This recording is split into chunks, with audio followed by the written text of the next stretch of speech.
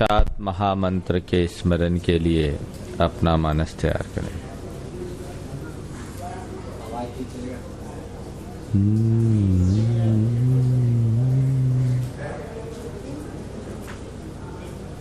नमो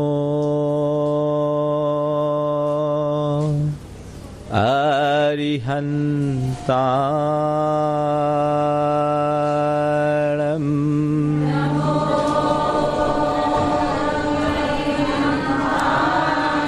नमो सिद्धाणम्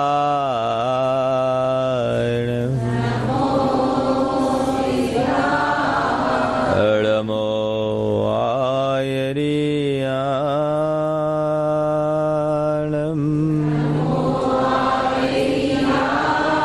नमो उवज्झायाणम्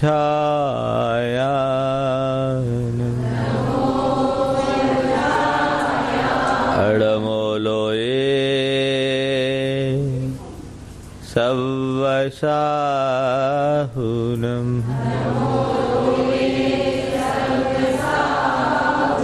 एसो पंचिनमोयारो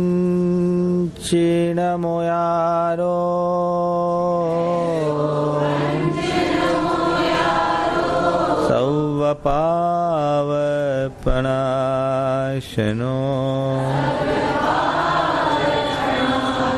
मंगलाळं च सव्वेसिम् पढ़मं होय मंगलम्।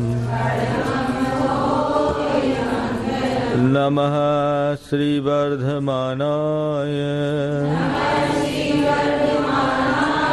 निर्धूतकलिलात्मने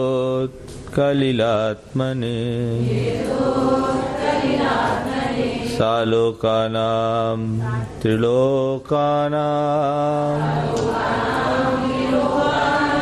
यद्विद्या दर्पणायते।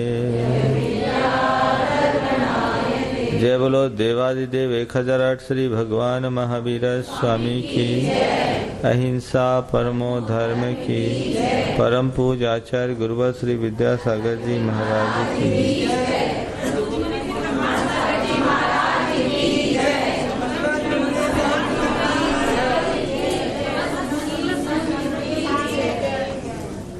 10 दिन के लंबे अंतराल के बाद आज हम सब फिर से व्रतों के आराधना के मार्ग को जानने के लिए यहाँ बैठे हैं।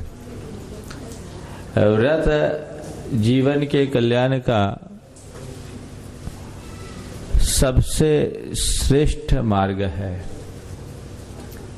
बिना व्रतों के अंगीकार किए मुक्ति की उपलब्धि नहीं होती।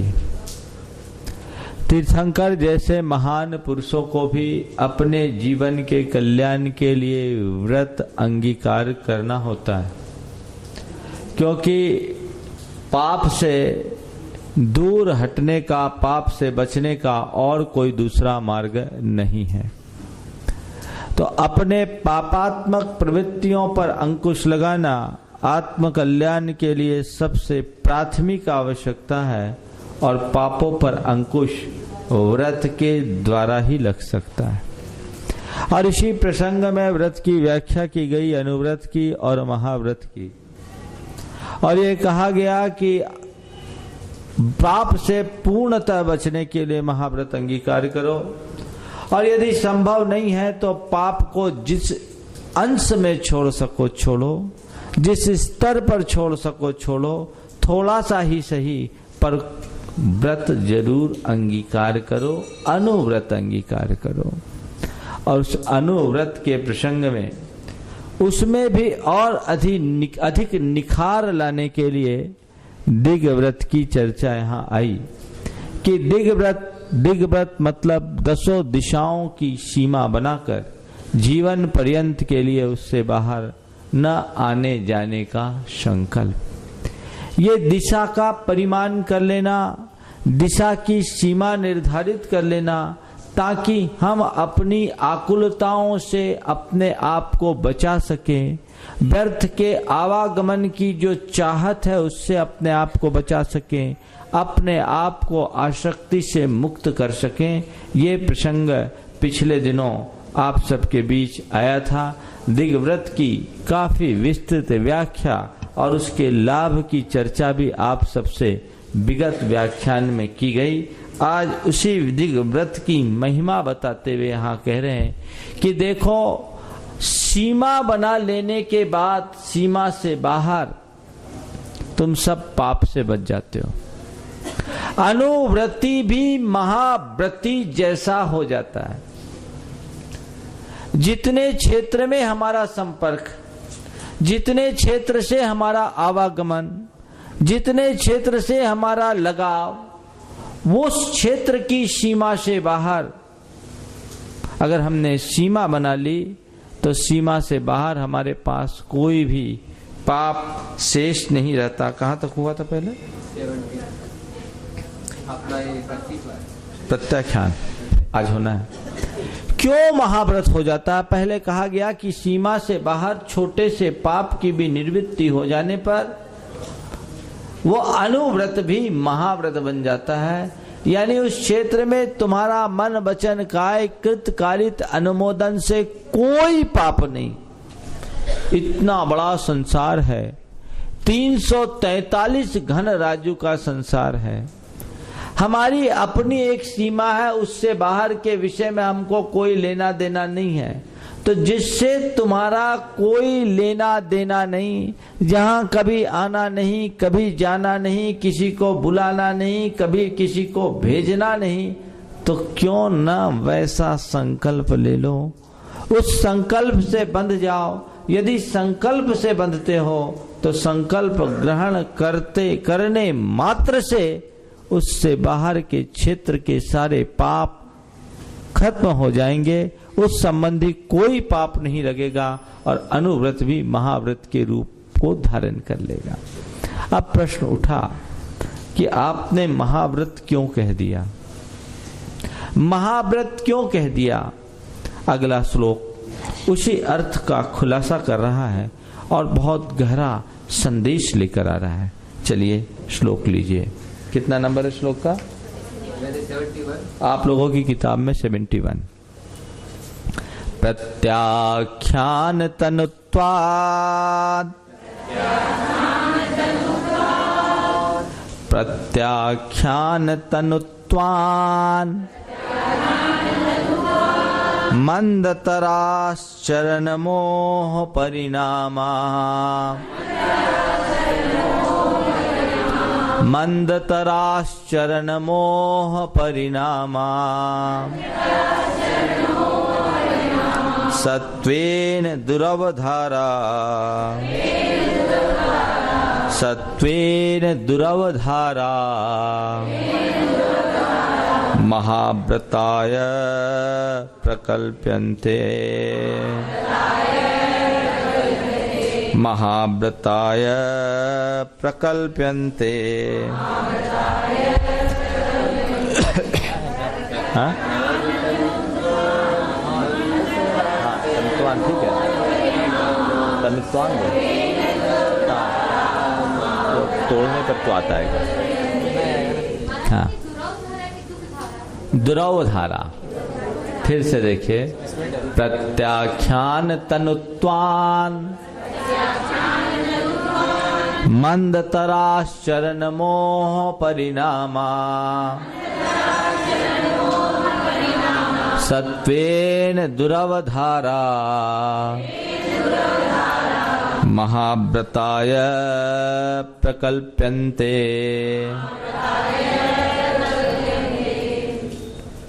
सूत्र का गाथा श्लोक का अर्थ देखिए। प्रत्याख्यान तनुत्वात्, तनुत्वान में से न का त हो जाएगा। प्रत्याख्यान तनुत्वात् मंदतराः चरण मोह परिणामा, सत्वेन दुरवधारा, महाव्रताय प्रकल्प्यन्ते। प्रत्याख्यान तनुत्वात्, प्रत्याख्यान नामक कषाय के तनुत्वात् अत्यंत क्षीण होने से, अत्यंत कृश हो जाने से, मंद तरास चरण मोह परिणामा, जिसके चरण मोह यानी चारित्र मोह के परिणाम भाव अत्यंत मंद तर हो गए, और सत्वेन दुरवधारा, कैसे, जिनका सत्व यानी अस्तित्व रूप से ही दुरवधार यानी निर्धार अत्यंत कठिन है, यानी जिसका अस्तित्व भी नहीं दिख पा रहा है, ऐसे वो प्रत्याख्यान के परिणाम भी महाव्रताय प्रकल्पन्ते, महाव्रत पने को प्राप्त हो जाते हैं।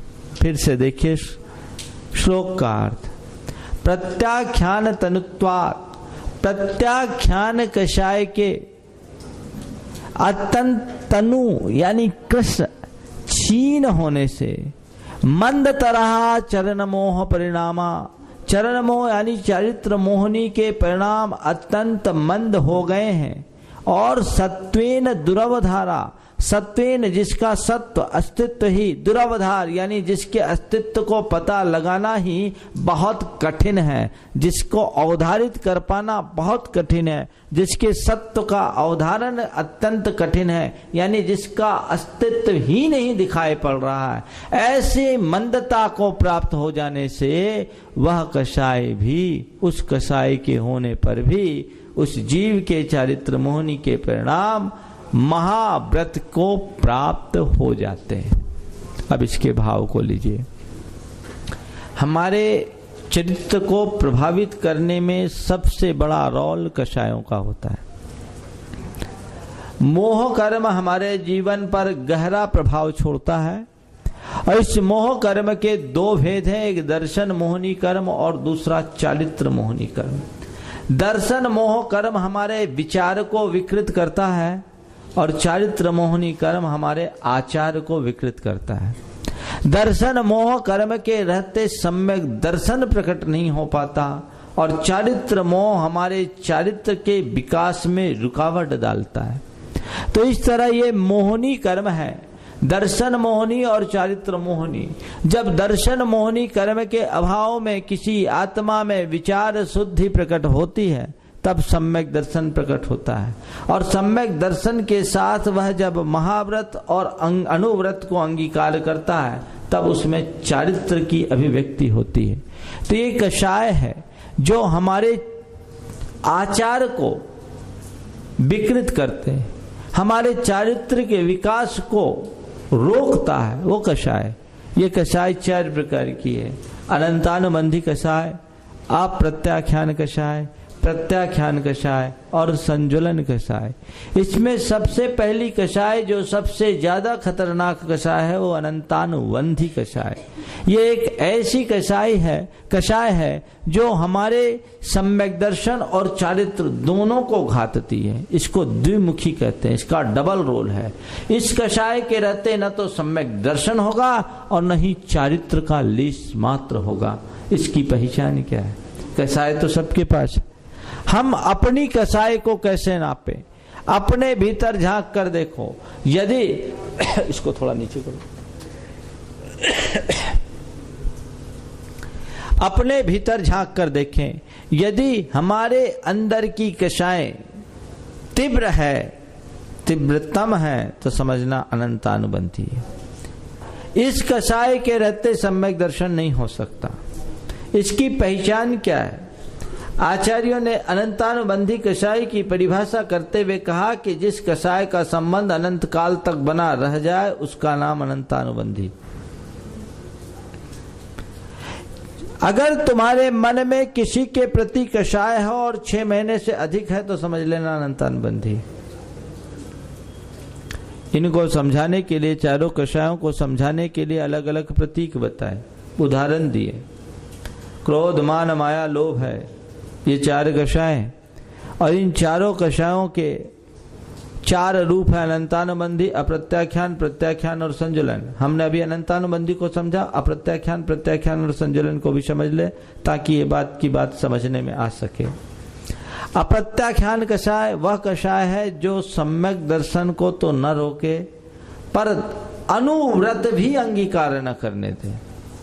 इस कषाय का उदय होने पर जीव अनुव्रतों को भी अंगीकार नहीं कर सकता, अर्थात देश संयम भी प्राप्त नहीं कर सकता, चौथे गुणस्थान से ऊपर नहीं जा सकता। तीसरी कषाय है प्रत्याख्यान। ये एक ऐसी कषाय है जो अनुव्रत में तो रुकावट नहीं डालती, लेकिन महाव्रत को नहीं होने देती।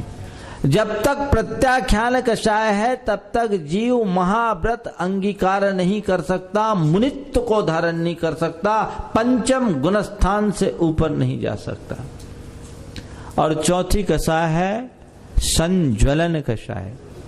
ये संज्वलन कषाय महाव्रत को अंगीकार तो कर लेने देती है, लेकिन आत्मा के निर्मल स्वरूप को प्रकट नहीं करने देती, आत्मा के बीतराग स्वरूप का अनुभव नहीं करने देती। इसको बोलते हैं संज्वलन कषाय। यानी इस कषाय के रहते 10वें गुणस्थान से आगे नहीं जाया जा सकता। ये 4 कषाय है, 10वें गुणस्थान तक कषायों का उदय होता है, और जब कषाय के उदय का अभाव होता है तब आत्मा बीतराग बनता है, अपने आत्म स्वरूप का अनुभव करने का अधिकारी बनता है। तो ये 4 कषाय, इनमें सबसे पहली कषाय अनंतानुबंधी जो सम्यक दर्शन और सम्यक चारित्र दोनों को रोकती है। दूसरी कषाय अप्रत्याख्यान जो सम्यक दर्शन को तो नहीं लेकिन देश चारित्र को रोकती है। तीसरी कषाय प्रत्याख्यान जो देश चारित्र को नहीं लेकिन पूर्ण चारित्र महाव्रत को रोकती है। और चौथी कषाय है संज्वलन जो महाव्रत या पूर्ण चारित्र को तो नहीं रोकती लेकिन आत्मा के निर्मल स्वरूप बीतराग अवस्था को प्रकट नहीं होने देती। शास्त्रीय भाषा में कहें यथाख्यात चारित्र को प्रकट नहीं होने देती।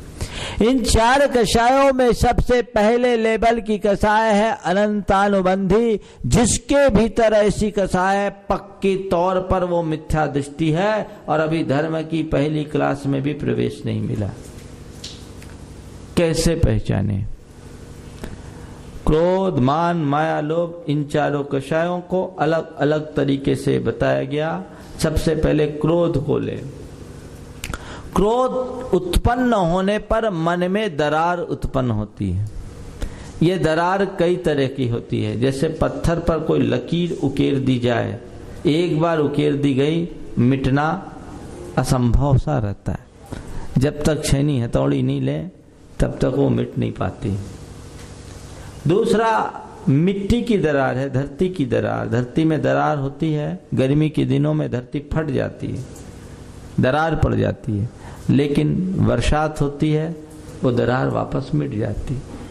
तीसरी है धूल में, धूल की लकीर। धूल में लकीर खींची जाए वो लकीर उभरी भी रहती है, हाँ हवा चलने से वापस वो लकीर मिट जाती है।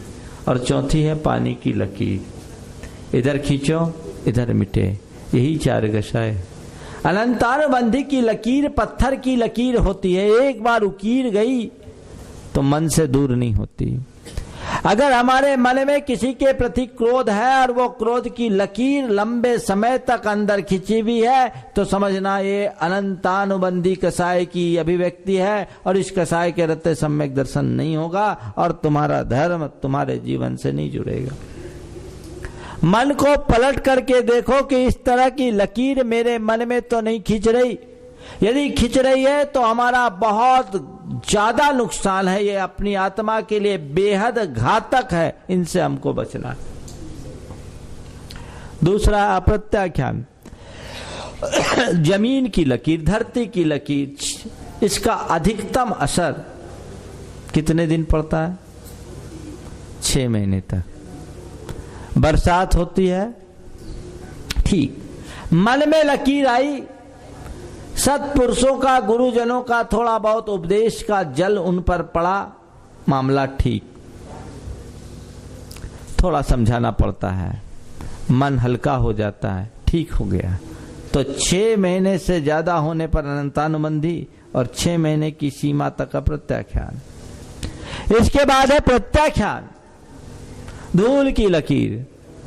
धूल में लकीर होती है, थोड़ी सी हवा चलती ठीक हो जाती। इनके परिणाम अपेक्षाकृत मंद होते हैं, कषाय उतनी तीव्र नहीं होती। कषाय किसी कारणवश भड़कती है तो थोड़ा सा समझाइश देने के बाद शांत भी हो जाती है। गुस्सा है लेकिन उतना तीव्र गुस्सा नहीं कि गांठ का रूप धारण कर ले। और चौथी कसाय है संज्वलन की, जो अल्पकालिक अति क्षणिक, इधर पानी पर लकीर हमने खींची उधर मिट्टी, टिकने वाली नहीं। ये कषाय मुनियों की होती है। तो इन 4 कषायों में सबसे पहली विघातक कषाय अनंतानुबंधी है। इसके रहते सम्यक दर्शन नहीं होगा। ये क्रोध का उदाहरण है। ऐसी मान, माया और लोभ का भी उदाहरण बताया। मान का मतलब क्या है? मान में अकड़ होती है ना? अकड़ यानी कड़ापन। ये कड़ापन भी 4 प्रकार का है। एक पत्थर की तरह, दूसरा हड्डी की तरह, तीसरा लकड़ी की तरह और चौथा लता की तरह का कड़ापन। पत्थर तो एकदम कड़ा होता है। कुछ लोगों का दिल भी पत्थर की तरह होता है, झुकते ही नहीं, अनंतानुबंधी। उसके बाद हड्डी में पत्थर की अपेक्षा कम कड़ापन होता है। थोड़ा प्रहार करो तो वो भी चूर हो जाता है। तो ये दूसरे प्रकृति के लोग हैं जिनके अंदर हड्डी की तरह कड़ापन होता है। तीसरा है लकड़ी में कड़ापन होता है लेकिन थोड़े से औजार से उसको छीला जा सकता है, उसका कड़ापन कम हो जाता है। ये तीसरा भेद है। और चौथा भेद है लता को चाहे जैसे मोड़ दो। ये सबसे मंद कषाय है।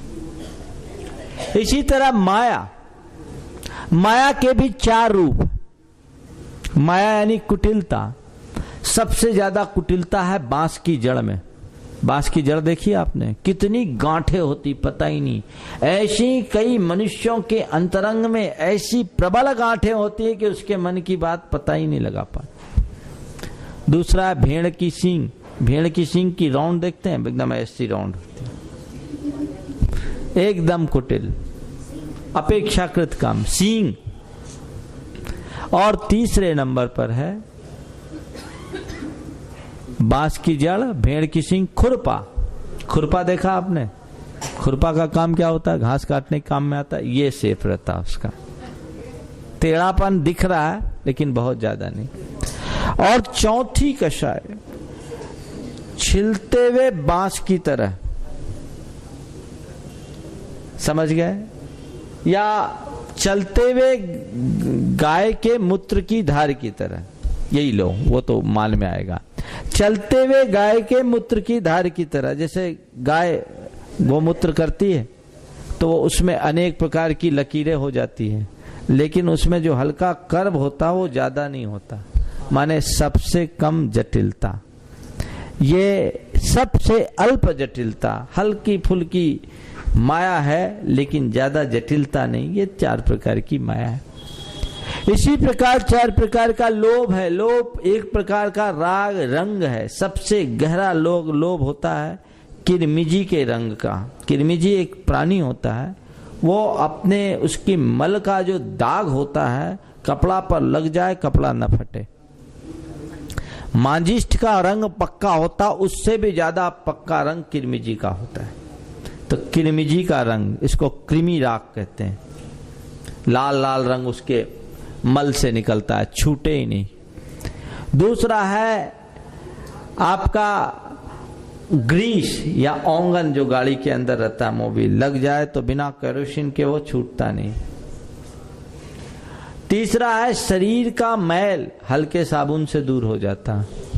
और चौथा है हल्दी का रंग, थोड़ी देर के लिए धूप दिखा दो अपने आप उड़ जाएगा।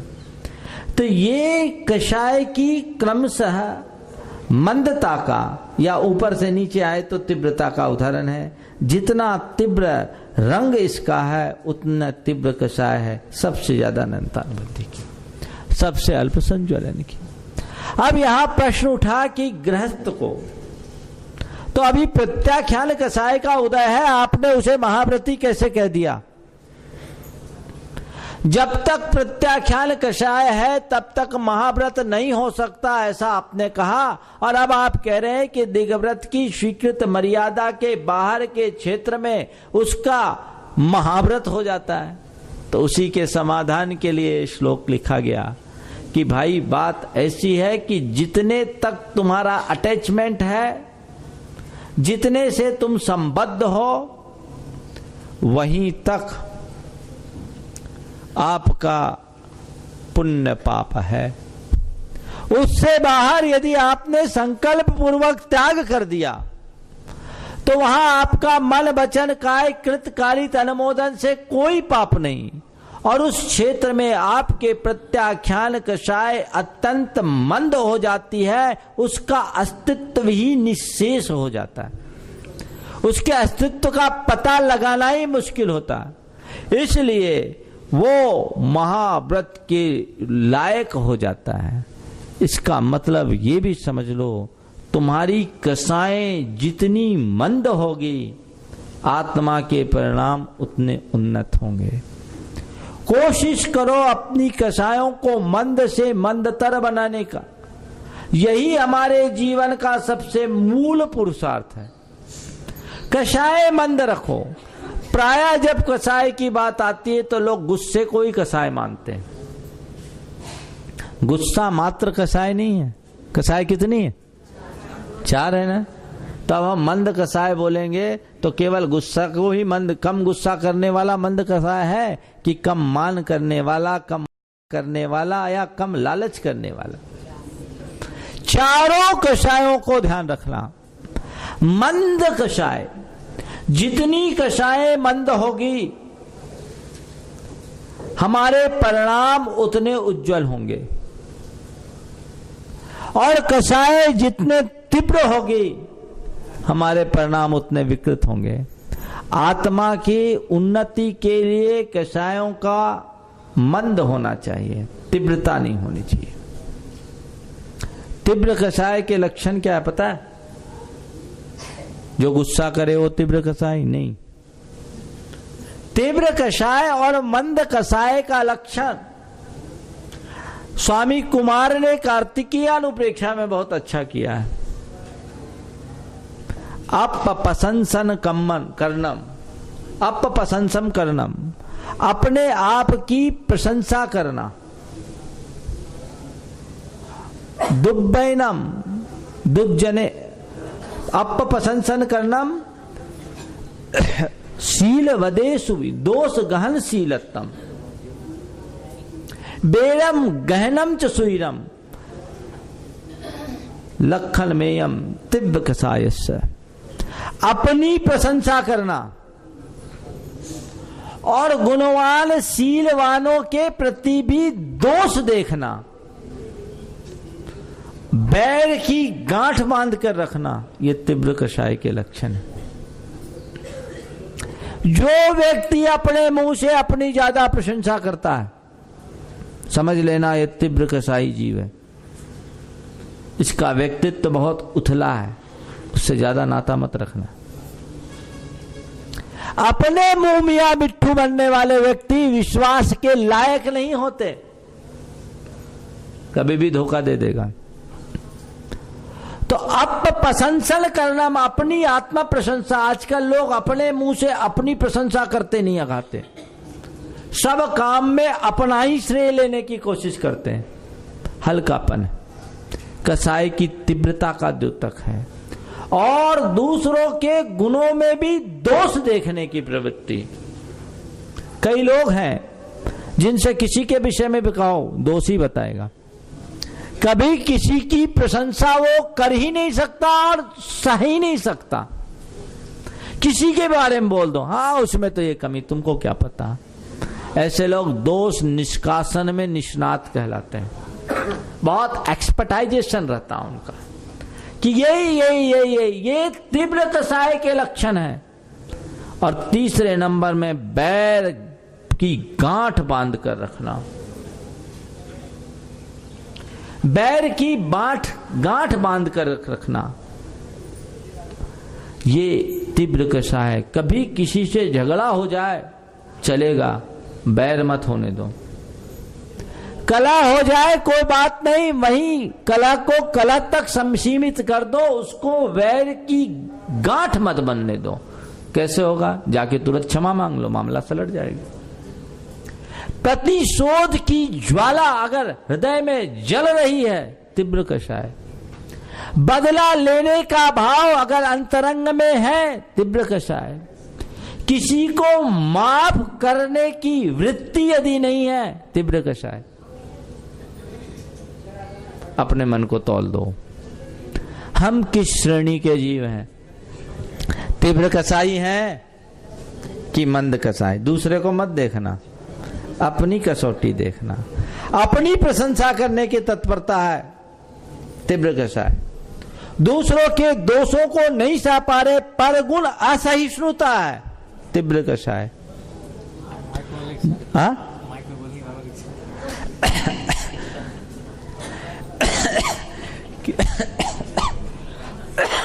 भले मैं कह रहा हूं दूसरों के गुणों को सहने की स्थिति नहीं है, तीव्र कषाय।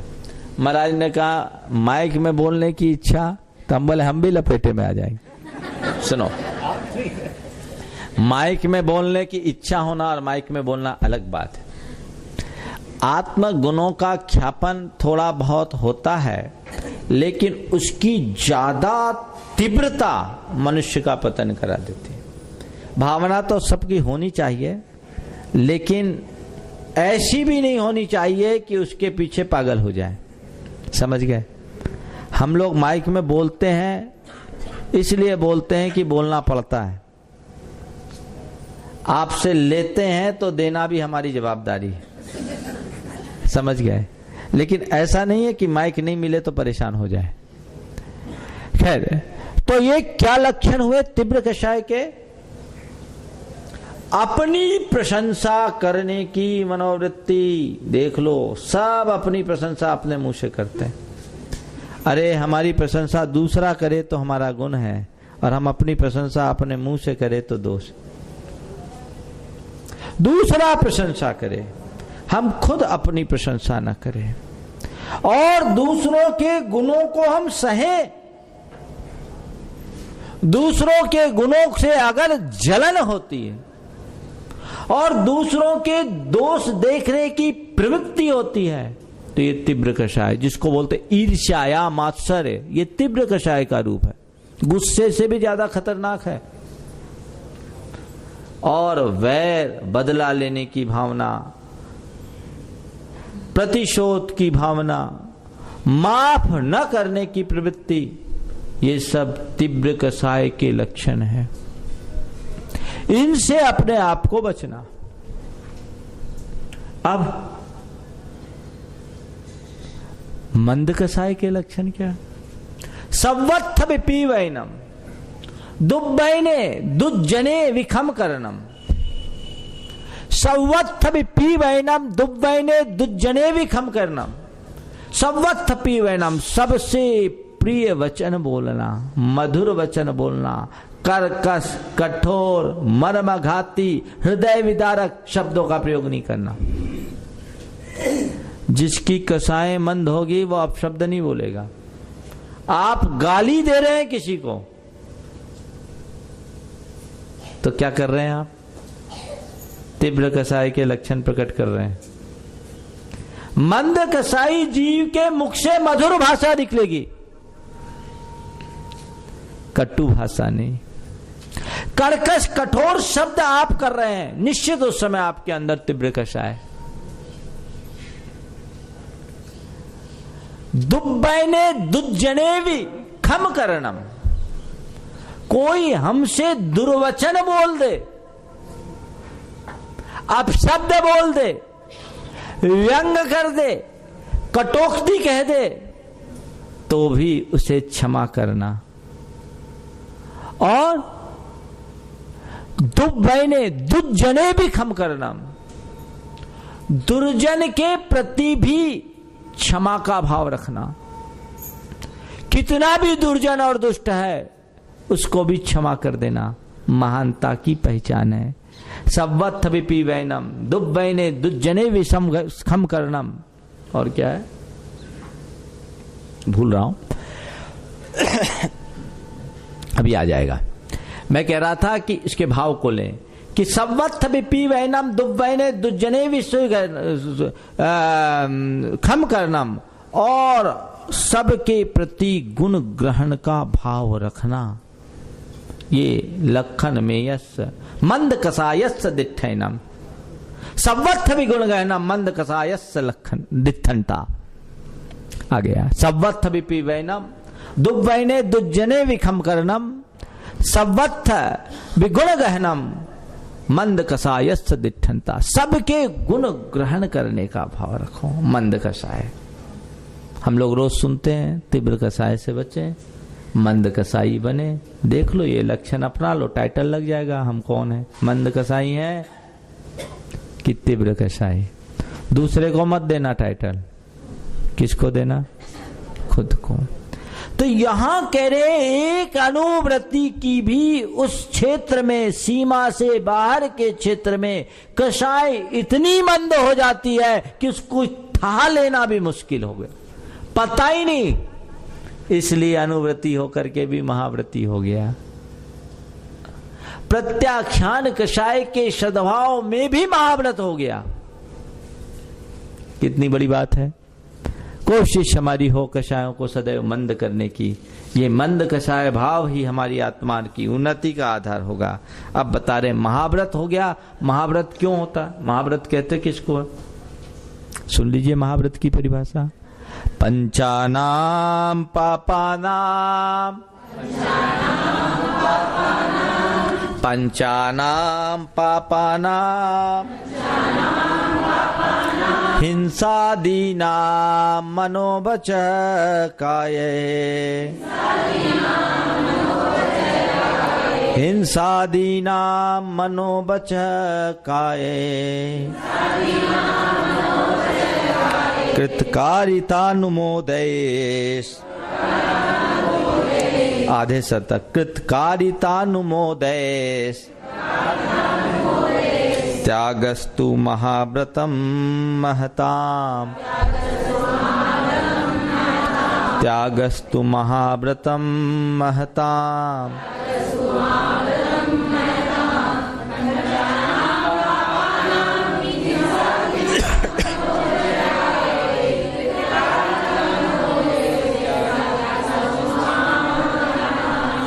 पंचानाम हिंसादीनाम पंचानाम पापानाम, हिंसादी 5 पापों का, मनो वचः काय, मन वचन और काय से, कृत कारितानुमोदय, कृत कारित और अनुमोदन से, त्याग त्याग, तू यानी निश्चय से, महाव्रतम महाव्रत होता है किसका, महताम महापुरुषों का।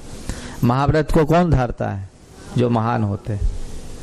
आचार्य कुंद कुंद से किसी ने पूछा महाव्रत क्या है, इसको महाव्रत क्यों कहते हैं। उन्होंने कहा साहंत जम महल्ला साही पुब्बम च जम महल्ले ही जम च स्वयं महल्लम महाव्ययम इत्येताई। जिसका महापुरुष लोग साधन करते हैं अथवा अतीत में जिसे अनेक तीर्थंकर आदि महान आत्माओं ने साधा है, अथवा जो स्वयं महान है, उसका नाम महाव्रत है।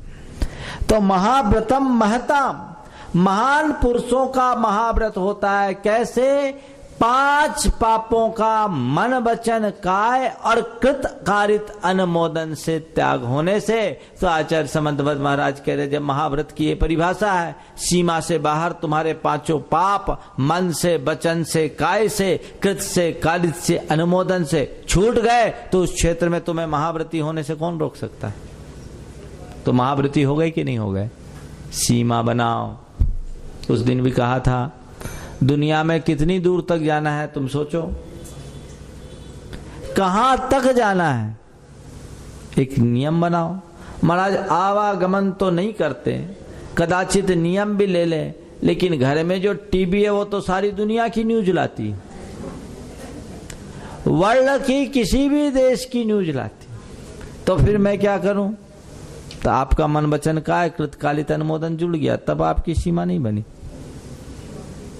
सीमा जिसकी बनाओ, उससे बाहर से हमको कोई लेना देना नहीं। दिग्व्रत ये कहता है अपने आप को सीमित करो, महाराज फिर ये नियम तो बहुत कठिन है। दुनिया के चक्कर लगाना चाहते हो तो नियम कठिन है, और दुनिया का चक्कर मिटाना चाहते हो तो नियम सरल है। संसार में घूमना है कि संसार को समेटना है? अनंत काल से इस संसार में घूमते आए हो और क्या किया है? उस संसार परिभ्रमण से बचने का ये मार्ग है। अपनी इच्छाओं को सीमित करो, जितना बन सके कम से कम करने की कोशिश करो।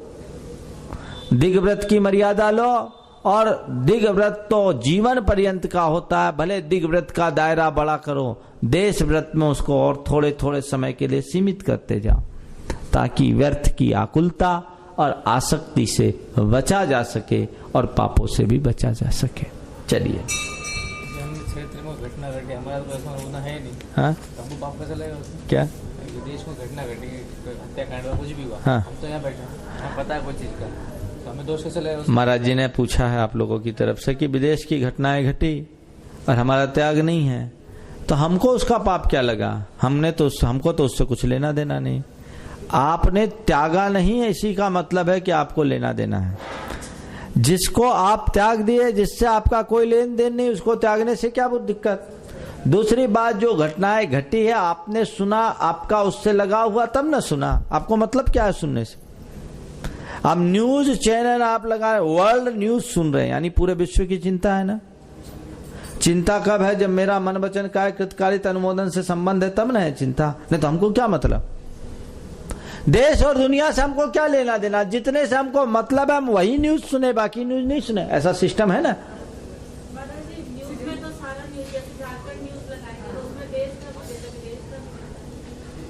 देश व्रत में कम कर लो, दिग व्रत में रखे रहो। ऐसा नहीं है, जो नेशनल न्यूज होता है उसमें नेशनल तक ही रखते हैं, और इसको जितना बन सके सीमित करो। हमने तो कहा था, आप लोगों को एक फार्मूला दिया था, सबसे सरल फार्मूला। क्या दिया था? विदित विश्व से बाहर नहीं जाएंगे, इतना तो नियम ले लो। जा पाओगे क्या विदित विश्व से बाहर? मंगल ग्रह में जाओगे? लेकिन इसको और कम करते जाओ। अटैचमेंट अपना कम रखो, वो एक प्रकार का अतिचार है। इसलिए इन विचारों से भरकर अपने आप को जितना संभव हो कम में समेटने की कोशिश करें। जो अपने आप को ऐसे समेट लेता है वो महाव्रती बनता है। पाप से बचना भी चाहते हैं और सारा काम भी करना